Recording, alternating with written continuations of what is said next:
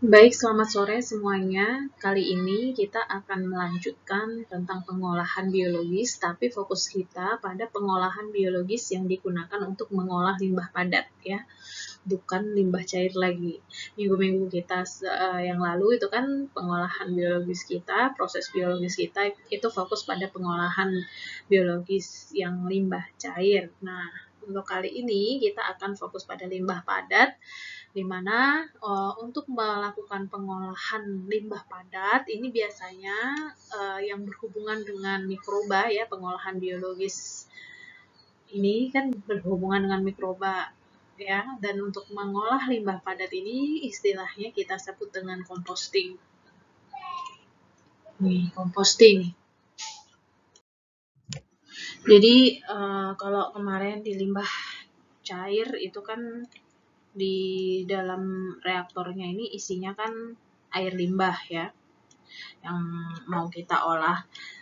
Nah, air limbah ini kita beri biakan mikroba kita, ya. Kemudian kita juga beri nutrisi gula, ya, atau glukosa, ya.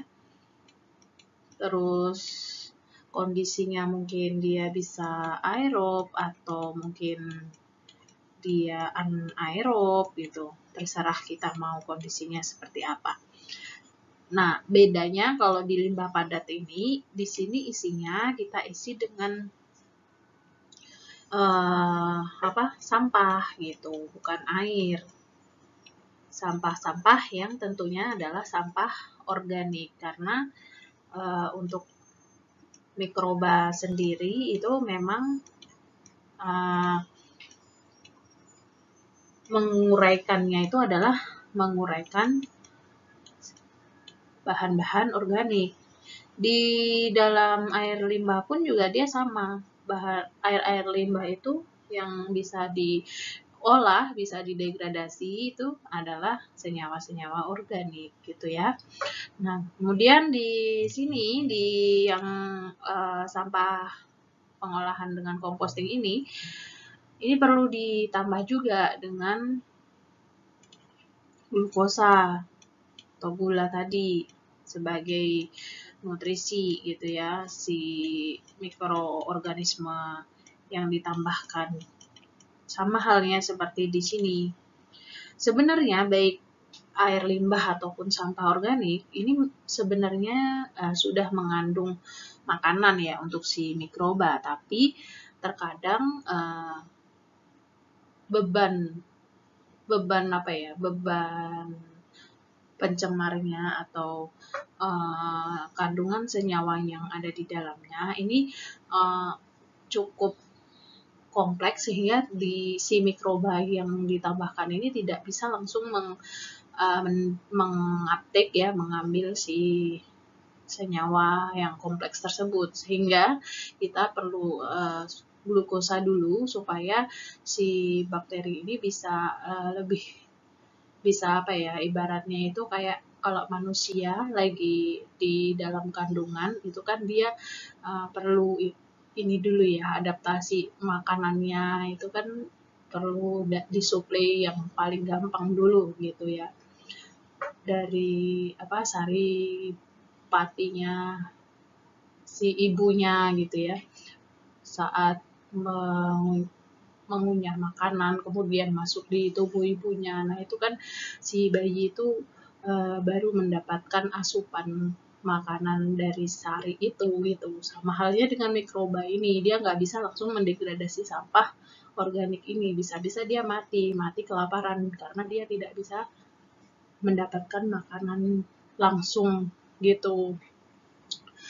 Nah, untuk itu kita perlu menambahkan si glukosa ini, baik di limbah cair maupun di limbah padat.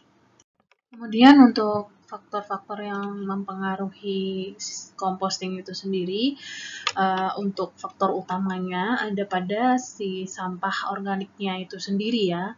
baik dari ukuran, komposisi, maupun nilai C per N. Dari ukuran bahan nih, ukuran bahan organiknya itu diperhatikan ya. Ukuran bahan organik kalau lebih kecil itu akan lebih mudah untuk terdegradasi. Jadi sebelum composting, pastikan sampah-sampah itu dicacah terlebih dahulu supaya saat composting nanti tidak dibutuhkan waktu yang lama untuk mendegradasi si sampah itu gitu.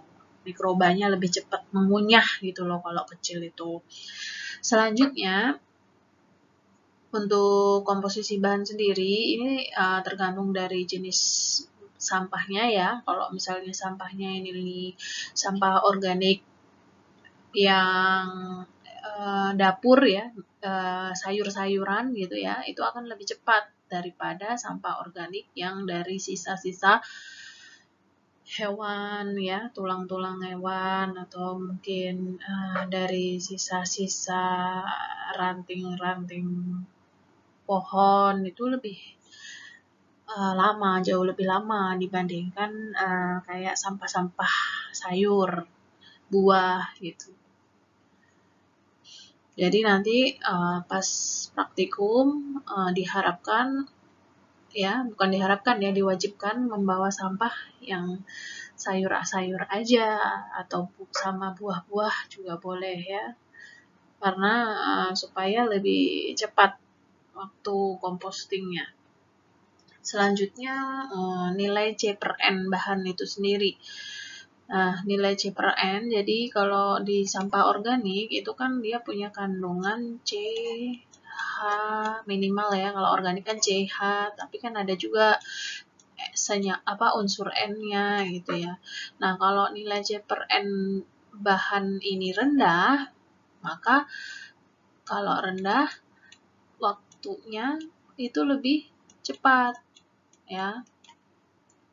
Kenapa gitu? Karena ketika nilai C per N rendah kan otomatis nilai N ini tinggi ya. Faktor pembaginya ini tinggi. Nah, kalau N tinggi itu kan nutrisinya itu banyak. Nutrisi itu kan sangat dibutuhkan untuk si mikroorganisme ya. Nah, kalau nutrisi banyak, maka mikroorganismenya itu akan lebih cepat untuk tumbuh, sehingga dia akan lebih cepat dalam mendegradasi si polutan ini. Waktu pengomposannya jadi lebih singkat.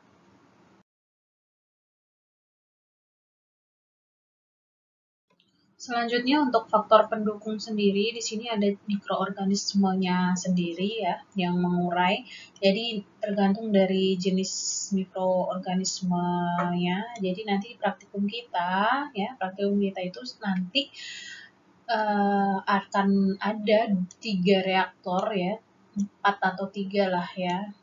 3 reaktor ini yang udah pasti ya. Ini diisi dengan ditambahkan jenis mikroba yang berbeda-beda. Ada yang sumbernya dari EM4, terus ada yang sumbernya dari ekoenzim ya. Ekoenzim itu kan sebenarnya di dalamnya juga banyak mikroorganisme ya.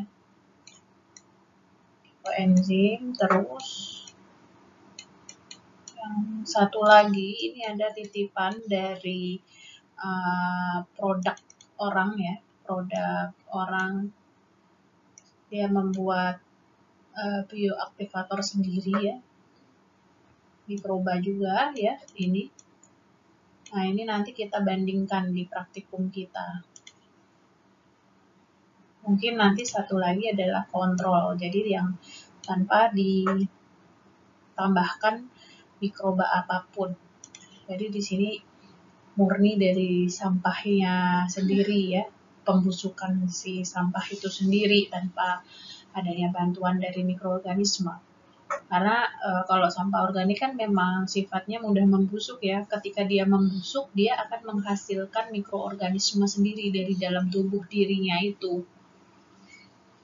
Dari dalam sayuran itu, kalau busuk ya, dia akan keluar mikroorganisme-mikroorganismenya itu. sel-sel di dalam tubuhnya sendiri. Selanjutnya, ini nanti saya jelaskan lebih rinci ya. Selanjutnya untuk faktor pendukung yang kedua ada kelembaban. Ini kaitannya nanti dengan kadar air. Jadi ketika kita melakukan composting, kadar air ini diharapkan tidak terlalu besar ya, karena kalau besar dan dia lembab, kompos menjadi susah matang. Kompos matang itu kan ditandai dengan teksturnya yang kering, sehingga kalau dia masih basah ya tentu belum jadi si kompos ini ya. Kan proses pembusukan sampah itu kan pasti ada airnya ya. Nah, ketika matang, air itu akan hilang. Jadi kelembaban ini jangan terlalu lembab supaya prosesnya itu lebih cepat. Selanjutnya untuk suhu ini juga mempengaruhi proses composting. Kalau misalnya suhunya itu terlalu tinggi, dia akan berpengaruh pada mikroorganismenya. Jadi cepat nanti bisa mati kalau suhunya terlalu tinggi ya. Kalau mikroorganisme itu kan tidak tahan terhadap suhu yang terlalu tinggi, sehingga harus dijaga juga suhu ini.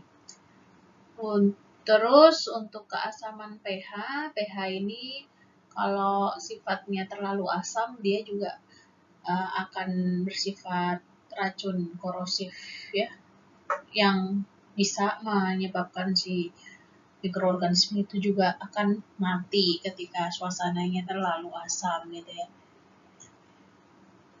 Oke, kira-kira itu yang mempengaruhi ya, faktor-faktor yang mempengaruhi di dalam proses composting ini. Jadi nanti teknis praktikum kita, reaktor yang akan kita gunakan itu bentukannya seperti ini. Kaleng drum plastik yang modelnya seperti ini, ada keran di bawahnya, terus ada penutup di atasnya gitu ya. Kapasitasnya 25 liter setiap baknya. Nah, nanti di dalam bak ini isinya seperti ini. Isinya ada lempengan yang udah dilubangi gini. Tujuannya ini untuk menyaring antara sampah dengan air lindi, jadi sampah itu kan punya kadar air ya, di mana kadar air itu kalau membusuk sampahnya dia akan menjadi air lindi, sehingga air lindinya itu akan ditampung di bagian bawah sini nanti ya. Nah, terus di dalam reaktor ini juga diberi pipa yang sudah dilubangi ini karena kita prosesnya ini proses anaerob yang pakai tutup ya. Kalau proses anaerob pakai tutup ini, kalau nggak ada ini nanti bisa meledak tutupnya, sehingga harus diberi lubang-lubang ini. Nanti lubang-lubang ini dia mengalirkan gas metan yang terbentuk. Karena prosesnya anaerob, maka kan menghasilkan gas metan. Nanti gas metannya akan melalui celah-celah pipa ini. Nanti di sini dia mengalir ke sini, pipa yang ini. Nah, nanti di sini sebenarnya ada lubang kecil gitu untuk mengeluarkan gas metannya. Nah, nanti dari keempat reaktor kita ini akan kita isikan sampah ya, kira-kira mungkin 20 literan setiap reaktornya. 20 liter sampah, karena dari 25 ini kan mungkin 5 liternya sudah dipakai untuk air lindinya ya, jadi supaya ada celah juga, nggak terlalu penuh, sehingga cuma 20 liter aja yang kita siapkan sampahnya untuk masing-masing reaktor.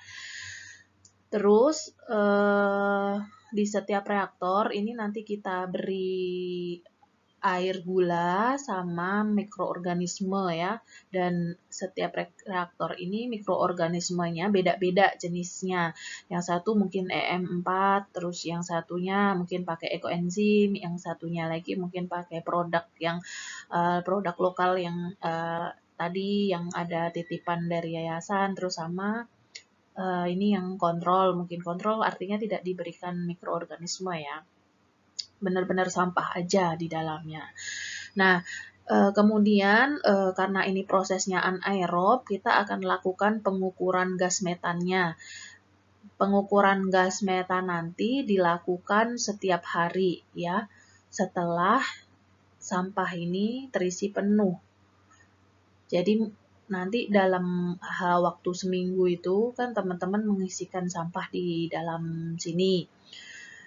Kalau bisa dilakukan serentak ya, 1 hari, jadi langsung penuh gitu. Jadi langsung bisa diamati gas metannya. Pengamatan gas metan nanti menggunakan alatnya kayak semacam detektor gitu. Detektor nanti saya tunjukkan alatnya. Terus itu diamati setiap hari kan. Jadi gas metan itu nanti satu anak harus datang. Setiap hari harus ada satu anak yang mengukur gas metan itu. Tugasnya nanti harus memvideokan gitu ya, sama mencatat pengamatan yang terjadi ya.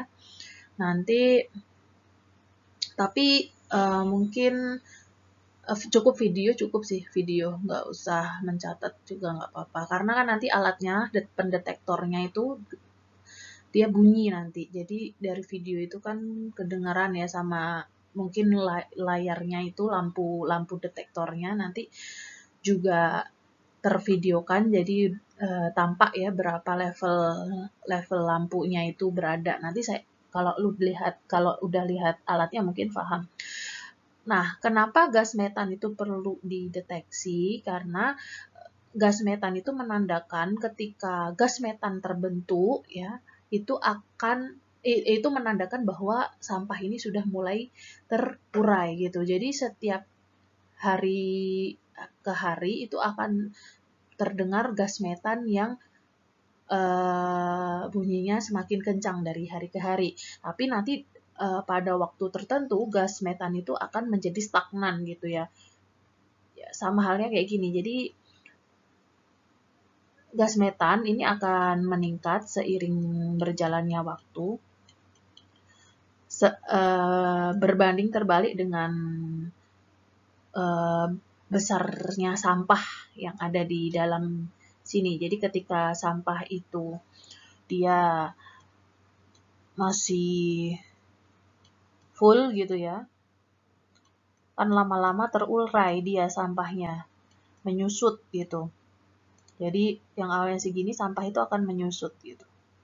Nah ini diimbangi dengan menyusutnya sampah ini akan diimbangi dengan pembentukan gas metan yang terjadi di dalamnya. Nah ini dari waktu ke waktu mungkin akan seperti ini ya kurvanya. Mungkin teman-teman bisa lihat video yang saya akan paparkan dulu ya. Ada 2 video dengan metode yang berbeda cara kompostingnya ya, tapi sama-sama anaerob, cuman isi di dalam komposnya ini dia berbeda-beda. Ada yang dia pakai kotoran hewan sama EM4 dan gula, ada yang dia pakai campuran bekatul terus daun-daun kering gitu. Nanti dari 2 cara tersebut teman-teman bisa bandingkan ya, kira-kira lebih cepat yang mana gitu untuk proses compostingnya. Nah mungkin bisa jadi juga kita nanti berbeda juga dengan cara mereka gitu, tergantung dari alat dan bahan yang kita sediakan ya. Tapi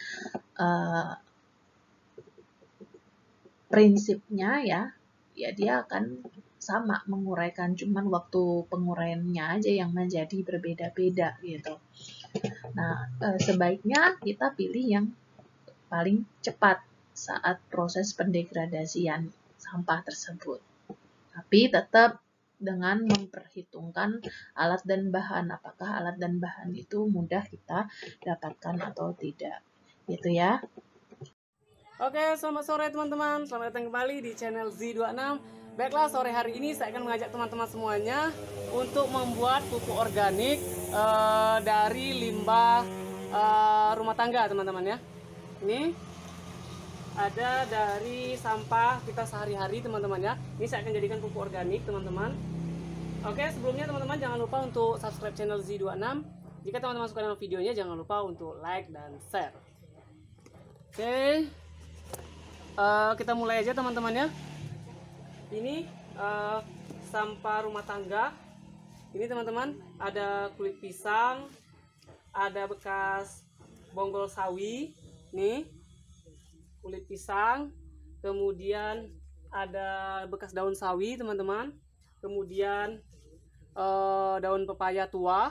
Ini akan kita jadikan pupuk kompos organik teman-teman dari limbah rumah tangga teman-teman ya. Nih. Oke, kemudian ada air teman-teman, air, lalu ada ini air gula teman-teman. Ini saya larutkan 1 sendok makan gula teman-teman ya. Ini gulanya masih ada di bawah, ini belum larut. Ini akan kita larutkan dulu. Ini 1 sendok makan aja teman-teman ya. Ini tergantung dari limbah yang kita buat teman-teman ya. Ini limbahnya tidak terlalu banyak, jadi ini juga tidak terlalu banyak teman-teman ya. Ini kita larutkan dulu 1 sendok gula pasir. Kemudian saya gunakan wadah ini untuk pembuatan komposnya nanti teman-teman ya. Ini wadah. Kemudian aktivatornya saya gunakan E4 teman-teman. Nih, gunakan E4. Lalu teman-teman saya gunakan sedikit kotoran sapi teman-teman ya. Ini sedikit kotoran sapi nanti teman-teman. Itu sapi murni teman-teman ya. Oke, nah kita mulai prosesnya. Sebelumnya ini kita cacah dulu teman-teman ya. Kita cacah supaya dia agak sedikit, kita potong agak kecil-kecil teman-teman ya. Nih.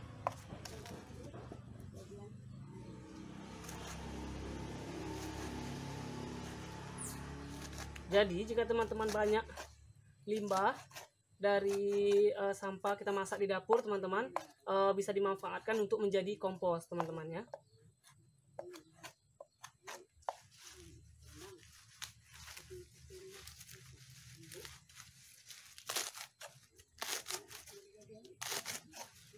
Ini kita haluskan sedikit, dipotong-potong sedikit maksudnya, supaya dia jadi potongan yang lebih kecil teman-teman ya.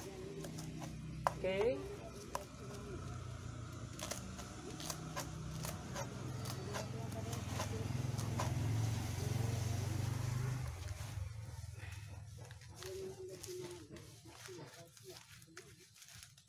Sebenarnya kalau tidak dipotong juga tidak apa-apa teman-teman ya, tapi supaya prosesnya lebih cepat, kemudian enak juga nanti prosesnya. Jadi ini kita cacah dulu.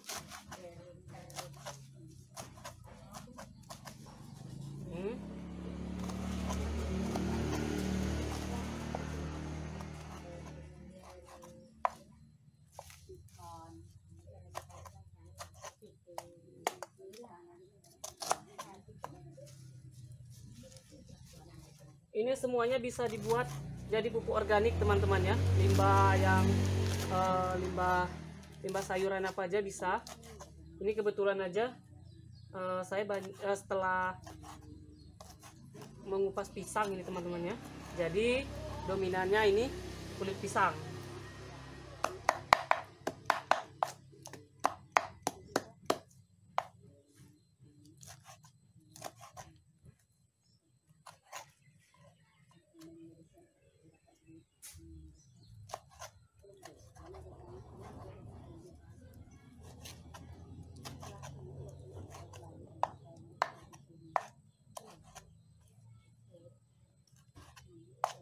Ini biasa kalau saya buat ini teman-teman ya, biasanya sudah sempurna itu lebih kurang 4 minggu teman-teman ya, 1 bulan itu dia udah sempurna teman-teman ya.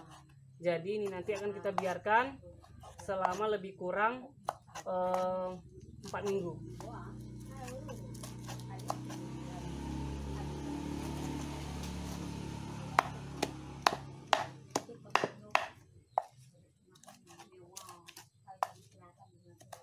Oke, sudah siap teman-teman ya. Ini sudah saya cacah. Kemudian saya mau aktifkan aktivatornya dulu. 1, 2, 3. Saya masukkan 3 gayung teman-teman di sini. Oke, 3 gayung air. Kemudian saya tambahkan air gula, 1 sendok air gula tadi teman-teman ya. Di sini, lalu aktivatornya cukup 3 tutup aja teman-teman ya. Aktivatornya 3 tutup aja. 1, karena ini kebutuhannya tidak terlalu banyak teman-teman ya. 3, oke, sudah siap. Oke, ini kita aduk teman-teman.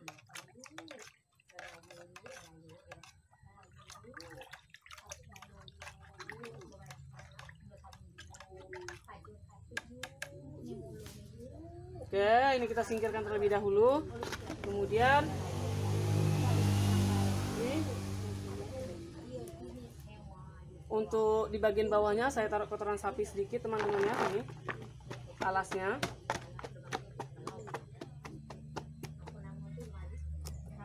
Kemudian kita masukkan pupuknya. Ini dia teman-teman ya. Limbah sayurnya. Kemudian ini saya tumpahkan aktivatornya. Kemudian saya lapis lagi dengan kotoran sapi teman-teman ya. Nih. Lalu ini kita masukkan lagi.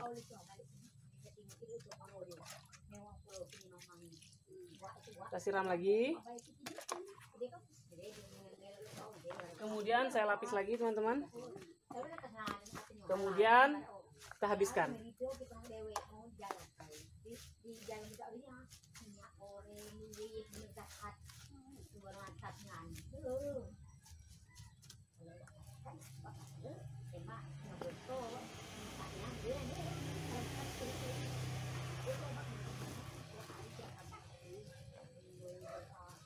Oke, kemudian kita tutup lagi dengan kotoran sapi teman-teman ya.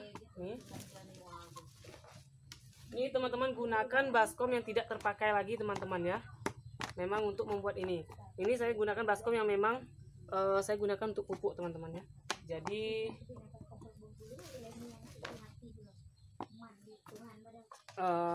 ini khusus untuk pembuatan pupuk. Kemudian saya siram lagi di atasnya seperti ini.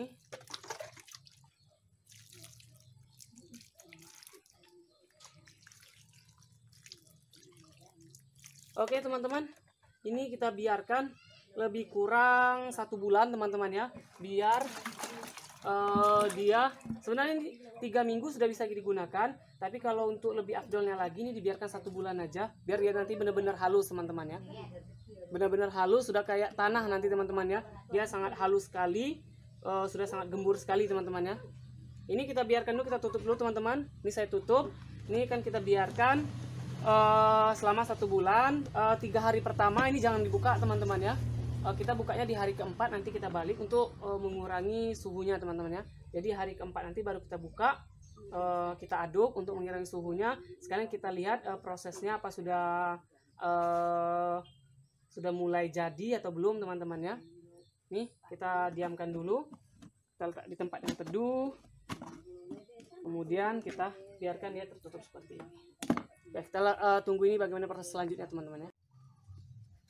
Oke teman-teman, selamat siang. Baiklah, ini kemarin kita kan membuat pupuk kompos dari limbah organik rumah tangga teman-teman ya. Kemarin sudah kita buat, ini sekitar sudah 2 minggu lebih teman-teman ya.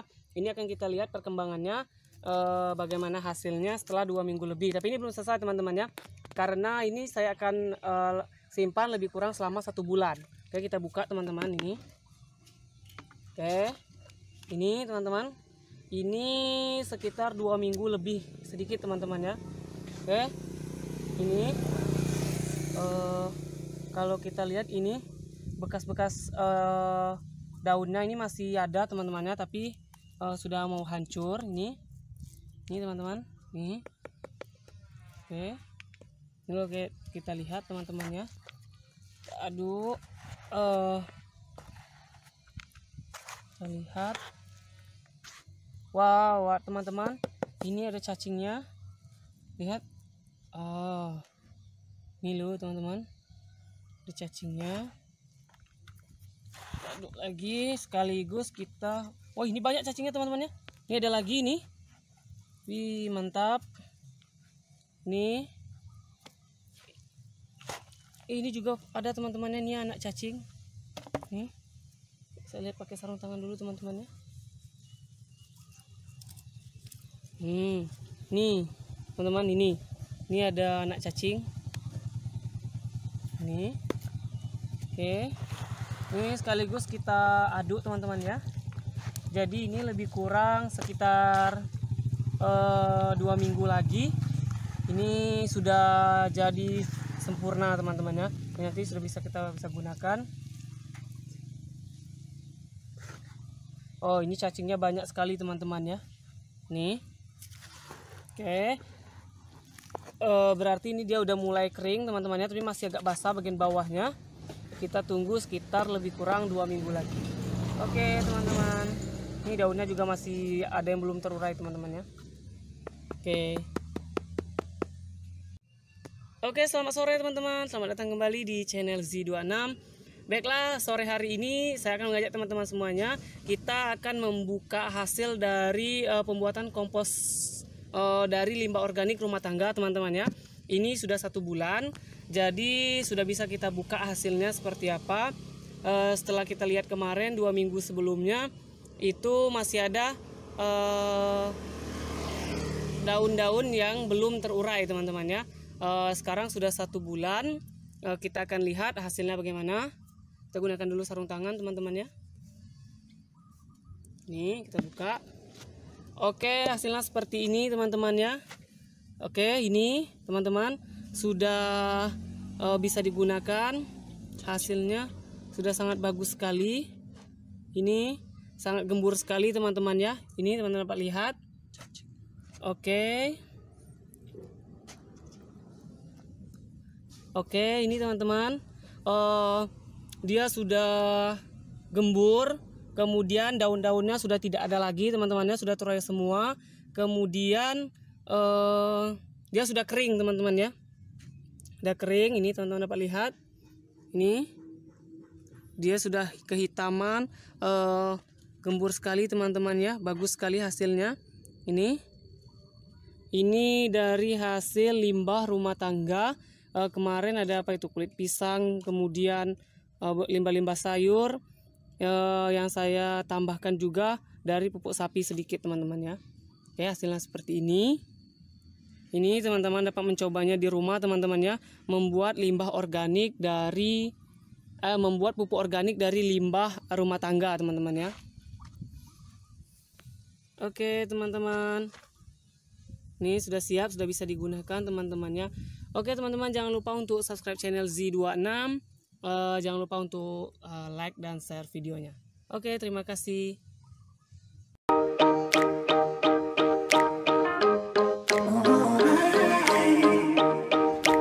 Hai semuanya, kenalin nama aku Nurul Izzati Seni. Kali ini aku mau nunjukin caranya bikin kompos. Kalau mau tahu, ikutin terus ya.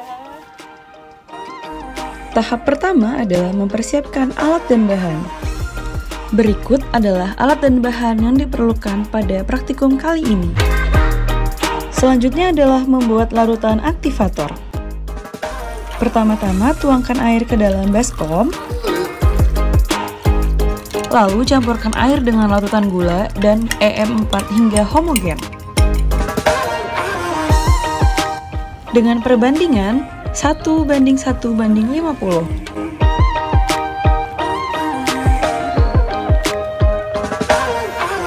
Selanjutnya, limbah rumah tangga berupa sayuran dan buah-buahan dicacah dengan ukuran kurang dari 2 cm.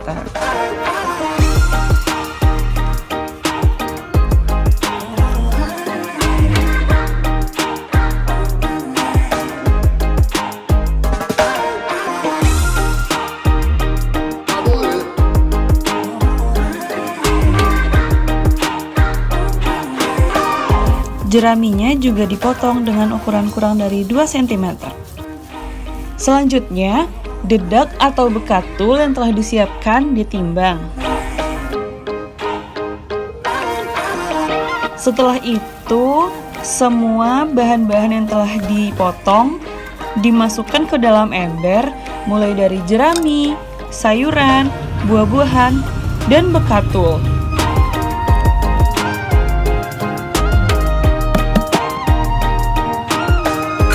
Setelah itu diaduk dulu bahan-bahan yang telah disiapkan sebelum dicampurkan dengan larutan aktivator.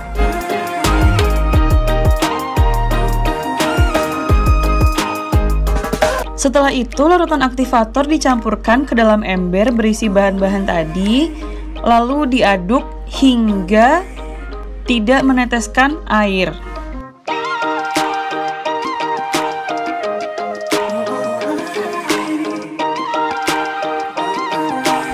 Semua bahan-bahan yang telah dimasukkan ke ember ini lalu diaduk sampai dia homogen, sampai dia tidak meneteskan air lagi.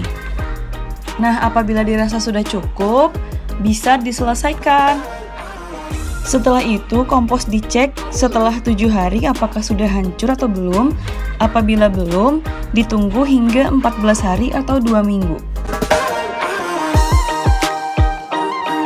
Nah, ini setelah didiamkan selama 2 minggu. Nah, jadi setelah menunggu beberapa minggu, jadilah pupuk kompos seperti ini.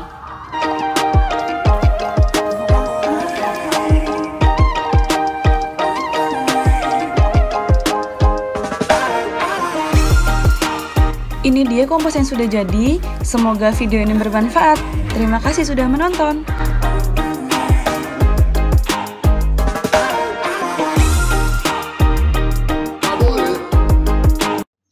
Oke, jadi setelah teman-teman menonton video tadi, habis ini kita lanjutkan melalui diskusi melalui Zoom ya. Nanti saya jelaskan lebih rinci, nanti bagaimana kita melakukan compostingnya. Sekalian kita diskusi ya, nanti saya jelaskan juga sistem penilaiannya. Jadi ini nanti dikerjakan bersama-sama, tapi tetap penilaian, ada penilaian individu dan penilaian kelompok. Bisa dipahami ya?